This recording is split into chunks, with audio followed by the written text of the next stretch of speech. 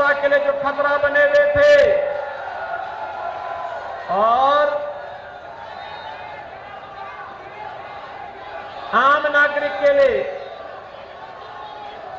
दलितों के लिए, पिछड़ों के लिए, व्यापारियों की सुरक्षा के लिए जो खतरा बने हुए थे, वे सब अब तो स्वाहा हो गए हैं, मिट्टी में मिल गए हैं।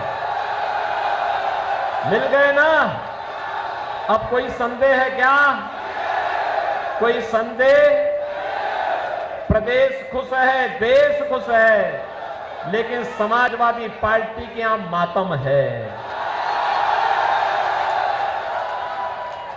उनको आपकी चिंता नहीं थी,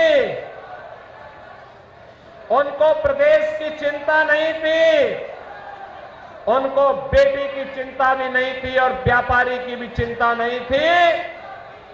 उनको अपनी राजनीति की चिंता थी।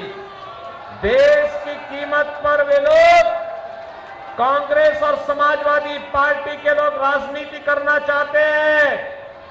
और समाजवादी पार्टी का इतिहास तो वैसे भी काले कारनामों से भरा पड़ा है जी, भरा पड़ा है। एक नहीं, अनेक ऐसे उदाहरण उन्होंने प्रस्तुत किए हैं। अराजकता का तांडव, अव्यवस्था, गुंडागर्दी, ये लगातार इनके द्वारा होता रहा। और परिणाम क्या था? प्रदेश के सामने पहचान का संकट।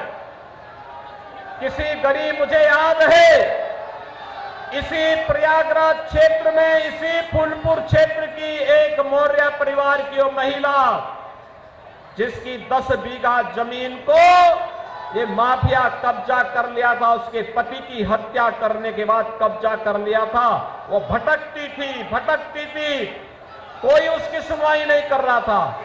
बहनों और भाइयों, आज मुझे प्रसन्नता होती है जब उस मौर्य परिवार को हमने फिर से उसकी जमीन पे कब्जा करवाया और कहा कि चिंता मत करो माता जी, चिंता मत करो, ये भाजपा की सरकार है, सुरक्षा भी देगी, सम्मान भी देगी और देशद्रोही और माफिया तत्वों को मिट्टी में भी मिलाने का काम करेगी। आज जब हम बुंदेलखंड की बात करते हैं, हमें नए भारत का नया उत्तर प्रदेश और नया बुंदेलखंड भी दिखाई देता है। अब तो बुंदेलखंड बदल गया है। आप सोचो, इस समाजवादी पार्टी के लोगों ने यहां के युवकों के हाथों में तमंचे पकड़वाए थे और हमने यहां के नौजवानों के हाथों में टैबलेट पकड़वाने का काम किया है। टैबलेट, अब टैबलेट से स्मार्ट युवा और स्मार्ट युवा से डिफेंस कॉरिडोर का सपना साकार हो रहा है चित्रकूट में। बहनों और भाइयों, कोई सोचता था आज से 7 वर्ष पहले कि बुंदेलखंड में भी एक्सप्रेसवे बनेगी? आज एक्सप्रेसवे से जुड़ गया है ना। अब दिल्ली जाना हो तो फर्राटा मारते हुए आप भी सीधे दिल्ली और लखनऊ की यात्रा कर सकते हैं। अन्यथा पहले बुंदेलखंड में क्या स्थिति बना के रखी थी इन लोगों ने? यहां के संसाधनों को लूटते थे, बुंदेलखंड को, हमारे बुंदेलखंड को, बांदा को, चित्रकूट को बदनाम करते थे और यहां के लोगों को प्यासा तड़पने के लिए छोड़ देते थे।